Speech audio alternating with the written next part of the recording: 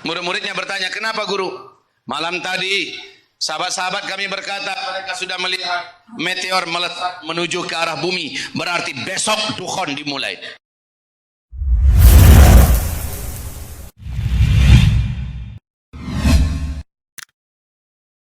Sebelum menonton video ini, sebagai bentuk dukungan kamu terhadap channel ini, jangan lupa subscribe, nyalakan lonceng notifikasi agar kamu tidak ketinggalan video terbaru.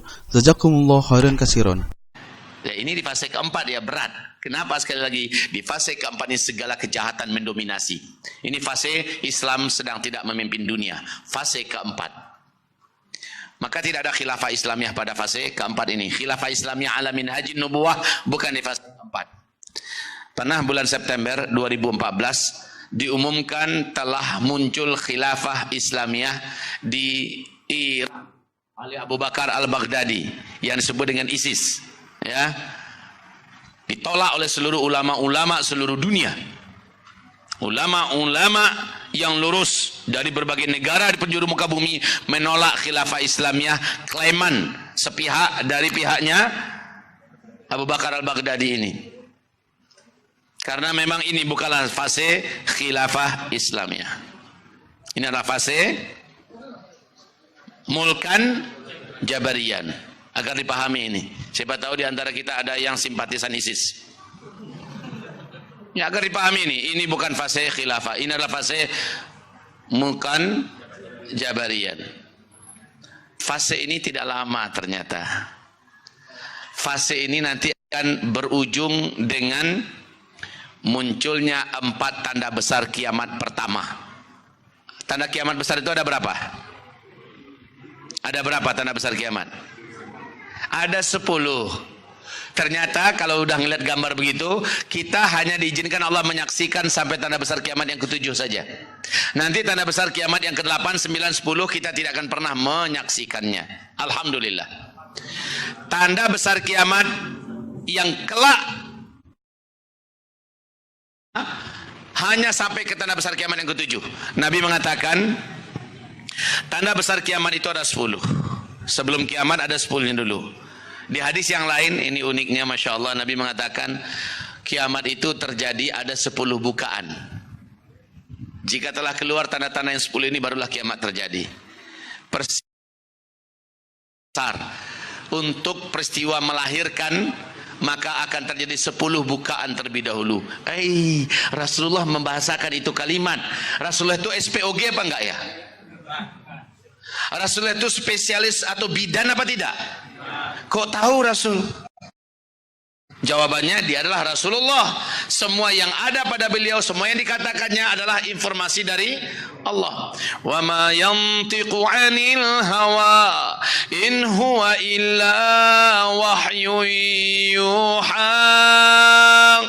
Semua yang dikatakannya,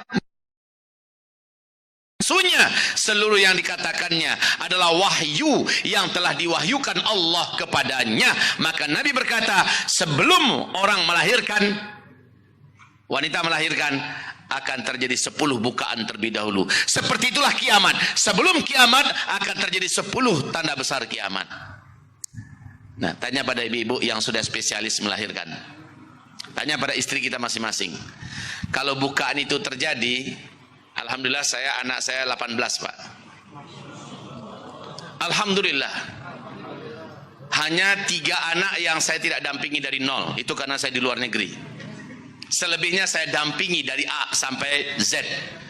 Ya, saya ikut dalam banyak hal. Ya, saya tahu bagaimana bukaan yang pertama dengan kedua. Jarak dari bukaan kedua dengan bukaan ketiga, bukaan ketiga dengan bukaan keempat, makin ke atas makin dekat-dekat jaraknya. Ya, baik. Peristiwa 10 tanda besar kiamat itu juga mirip demikian. Nabi berkata, 10 tanda besar kiamat itu seperti 10 butir-butir marjan. Ya, seperti 10 butir-butir marjan. Satu butir marjan ada berlubang di bawahnya, tembus sampai ke atas, dapat dimasukkan seutas tali. Maka satu butir marjan dengan butir marjan yang kedua di atasnya terhubung oleh tali di tengah-tengahnya. Butir marjan yang ketiga, keempat, kelima, demikianlah seterusnya seperti butiran-butiran tasbih yang terhubung oleh tali di tengah-tengahnya. Tapi bagian bawah kata Rasulullah dikasih simpul. Kalau udah dikasih simpul gimana? Jatuh enggak butiran tadi? Tidak, tertahan oleh simpul tadi. Lalu Rasul mengatakan iyyuqta'u silk. Ketika simpul tadi digunting, ketika simpul tadi diputus, apa yang terjadi dengan butiran yang pertama di bawah? Jatuh keluar, ya. Jatuh keluar. Itu setelah digunting langsung jatuh atau nunggu dulu? Langsung ya. Oke, setelah yang butir pertama keluar, yang kedua kira-kira gimana? Jarak yang pertama dengan kedua ini pakai lama atau cepat? Langsung atau tertahan dulu? Begitulah dia. Yang ketiga, keempat, pap pap. Jadi Masya Allah ya, apa ini sudah dimulai terbuka satu, yang kedua pasti. Nah, pertanyaannya, apakah gerangan pembuka atau simpul tadi itu apa? Sehingga ketika digunting keluar dia yang pertama. Apakah dianya? Maka dia adalah hantaman meteor menabrak bumi. Ini hantaman meteor. Di sini hantaman meteor.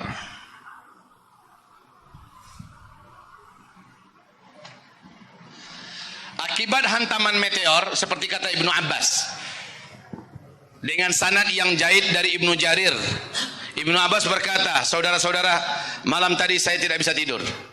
Murid-muridnya bertanya, kenapa guru? Malam tadi sahabat-sahabat kami berkata mereka sudah melihat meteor meletak menuju ke arah bumi, berarti besok dukhon dimulai. Coba lihat, hantaman meteor akan menimbulkan dukhon. Pertanyaan saya, Ibnu Abbas ini pakar astronomi apa tidak ya? Ahli fisika kah beliau? Ahli kimia kah beliau? Lalu dari mana beliau tahu? Pernah nggak beliau kuliah di Universitas apa umpamanya di Persia? Tidak pernah. Dari mana beliau tahu? Pasti dari gurunya. Siapa gurunya? Rasulullah SAW. Dari mana Rasulullah tahu? Jawabannya sekali lagi dari Rabbul Alamin. Ya. Nah, Ibnu Abbas mengatakan, maka besok berarti dukhon dimulai. Ini dia tanda besar kiamat yang pertama akibat hantaman meteor menabrak bumi. Inilah tanda besar kiamat yang pertama. Baru terjadi dukhon. Dukhon ini adalah kabut debu yang teramat sangat tebal. Dia adalah partikel-partikel bumi akibat ledakan meteor menghantam daratan bumi, sehingga partikel-partikel ini membumbung ke udara. Besarnya ledakan itu menyebabkan partikel-partikel tadi membungkus seluruh bumi.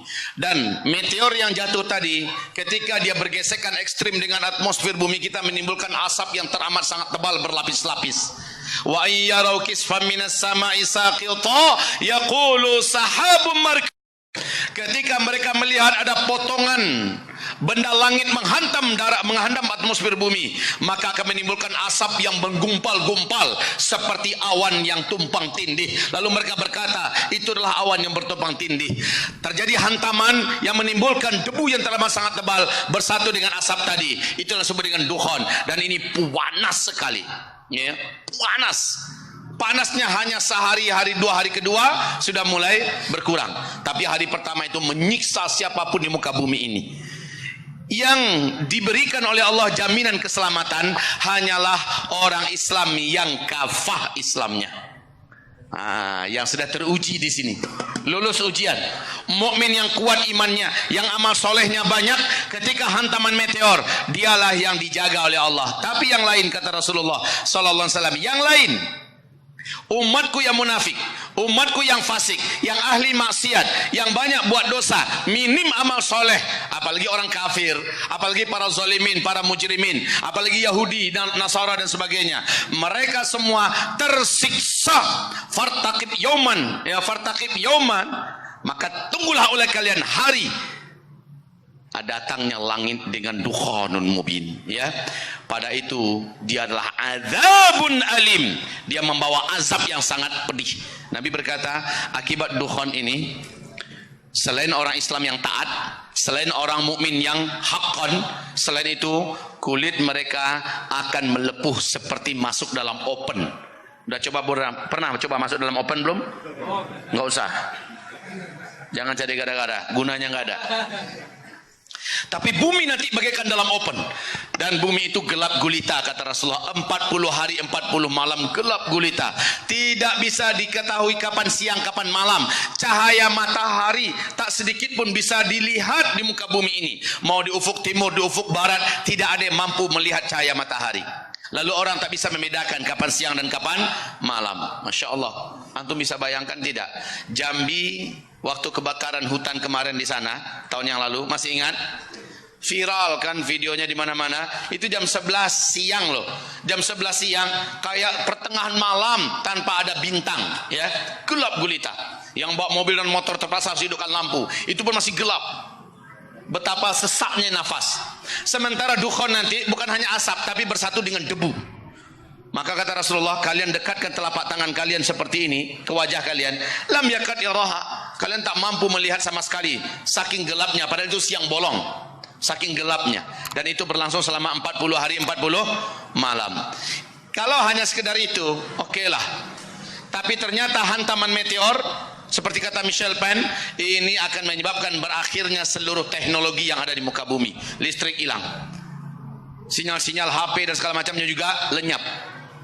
Mobil apa saja yang sifatnya teknologi berhenti, nggak bisa dipakai. Saya tak mampu bayangkan, Pak, bagaimana orang yang hidup di rumah-rumah ngandalin air yang dari pam. Itu kan menggunakan teknologi. Sementara teknologi berhenti, sumur di rumahnya nggak ada. Yang diandalkan selama ini adalah keran. Saya tak mampu bayangkan bagaimana yang hidup di apartemen lantai 25, lantai 30. Macam mana dia mau turun? Yang di atas mau naik macam mana caranya? Dan bagaimana nasib rumah-rumah sakit yang seluruhnya mengandalkan teknologi dan listrik? Akankah bisa berfungsi setelah ini? Pasti tidak. Saya tak mampu membayangkan yang punya simpanan duit di tabungan bank. Duitnya ada sekian ratus juta, ada yang mungkin sekian miliar. Hanya tinggal kenangan masa lalu yang tidak bisa lagi ditarik uangnya. Saya tak mampu bayangkan, Pak, bagaimana kemanjaan kita selama ini bergantung pada kendaraan-kendaraan besi, pesawat yang terbang ke sana kemari. Ketika hantaman meteor, Rasulullah berkata, "Tsumma uttum min haitsu bada'tum, wa uttum min haitsu bada'tum, wa uttum min haitsu bada'tum." Nanti kalian semua kembali seperti zaman sekarang, kata Nabi. Kalian semua pada masa itu kembali seperti zaman sekarang. Kalian akan perang dengan menggunakan pedang, tombak, panah. Kendaraan kalian pada masa itu kembali kepada kuda. Ya. Ini akibat hantaman meteor.